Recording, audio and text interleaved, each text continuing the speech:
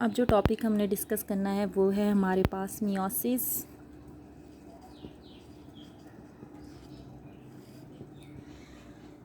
Meiosis क्या है? Type of cell division है।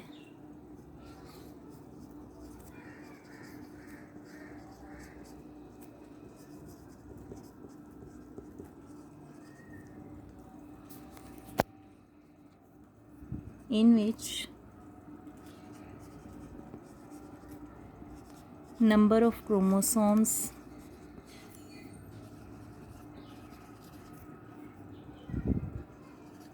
in daughter cell is reduced to half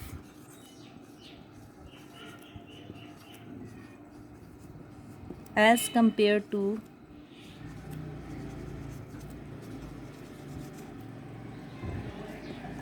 parent cell। मिसाल के यानी कि मियोसिस आपके पास सेल डिवीजन्स की वो टाइप है जिसमें क्रोमोसोम्स के नंबर जो होते हैं वो डॉटर सेल्स जो है उनमें रिड्यूस हो जाते हैं हाफ तक। रिड्यूस मींस के कम हो जाते हैं। फॉर एग्जांपल अगर आप ह्यूमन बीइंग की एग्जांपल लेते हैं उसमें 46 क्रोमोसोम है पेरेंट्स में, तो जो आपके पास डॉटर सेल्स बनेंगे उनमें क्रोमोसोम्स की तादाद रिड्यूस होके हो जाएगी हाफ 23। ये आपके पास होगी meiosis. Occurrence of meiosis. Meiosis कहाँ वाक़ होती है? Meiosis is always occur in diploid cells. Diploid cells means 2n cell में होती है मियोसिस हमेशा, और एनिमल्स और प्लांट्स दोनों टाइप्स के सेल्स में होती है। और लेकिन जो मियोसिस है, जब डिप्लॉयड सेल्स की हमने बात करनी है, सेकंड जो बात है आप करेंगे कि ये हमेशा होती है जर्म सेल्स में। जर्म सेल्स आपके पास वो सेल्स होते हैं जो गैमेट्स बनाते हैं। एनिमल सेल्स में ये होती है during gametes formation. Gamete formation, और गैमेट फॉर्मेशन में आपके पास गैमेट्स में आपके पास आते हैं eggs plus sperm. And in case of plant cell it occurs in spore formation.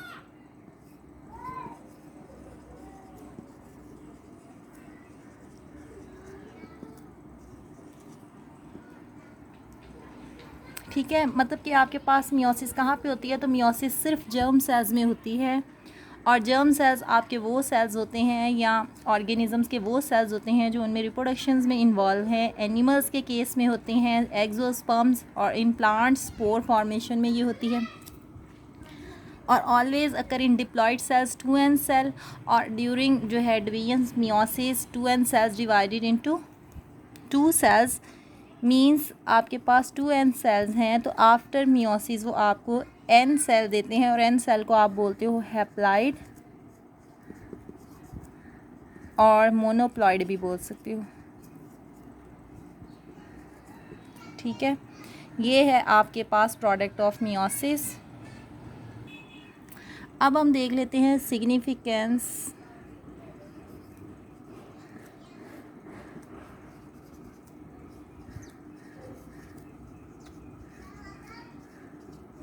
Significance of meiosis क्या है? मींस कि आपके पास मियोसिस जो है वो क्यों इम्पॉर्टेंट है?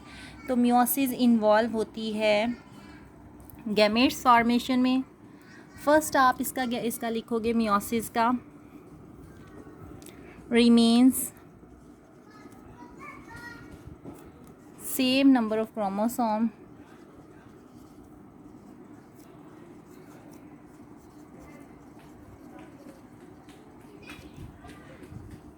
In all generation. मीन्स के जो मियोसिस होती है इसमें 2 पेरेंट्स इन्वॉल्व है ना, तो जब 2 पेरेंट्स इन्वॉल्व है तो दोनों पेरेंट्स जो हैं वो आपको क्या देते हैं? n देते हैं। मीन्स आपके पास अगर जो है 2 पेरेंट्स हैं और ये पेरेंट्स मियोसिस के बाद आपको n प्रोडक्ट देते हैं, तो जब ये n प्रोडक्ट हैं जब ये इकट्ठे होंगे किसी दूसरे ऑर्गेनिजम्स में तो अगेन ये आपको 2n नंबर बना देते हैं। सही है, तो ये 2n नंबर मींस कि हर जनरेशन में फिर ये क्रोमोसोम्स के नंबर आपके पास 23 यानी सेम हो जाएगा। जो सेकंड आपके पास मियोसिस का जो सिग्निफिकेंस है वो ये है कि इसमें क्या होती है, आपके पास जेनेटिक वेरिएशंस प्रोड्यूस होती हैं। Genetic variations. जेनेटिक वेरिएशंस का मतलब ये होता है कि जो कि मियोसिस में चूँकि 2 पेरेंट्स इन्वॉल्व हैं, तो 2 पेरेंट्स दोनों के जेनेटिक मेकअप जो हैं वो डिफरेंट हैं। तो दोनों के जब जेनेटिक मेकअप्स आपके पास 2 पेरेंट्स इन्वॉल्व हैं, 2 पेरेंट्स मींस कि आपके पास मदर और फादर 2 इन्वॉल्व हैं,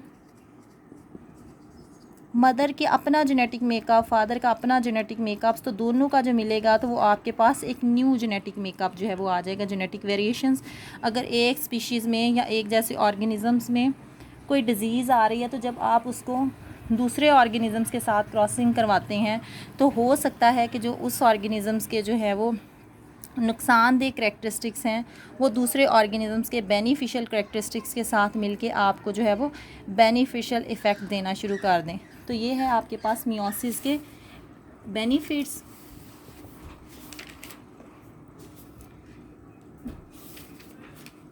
इसके बाद आपके पास ये है कि इसमें रैंडम असॉर्टमेंट होती है।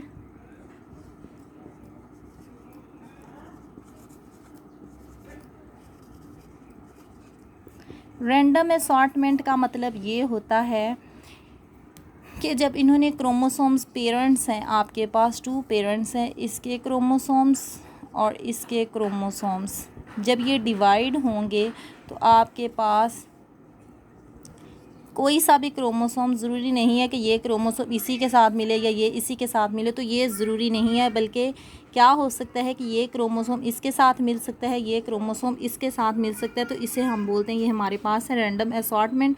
और रैंडम असॉर्टमेंट के नतीजे में भी हमारे पास क्या आता है, जेनेटिक वेरिएशंस आती हैं।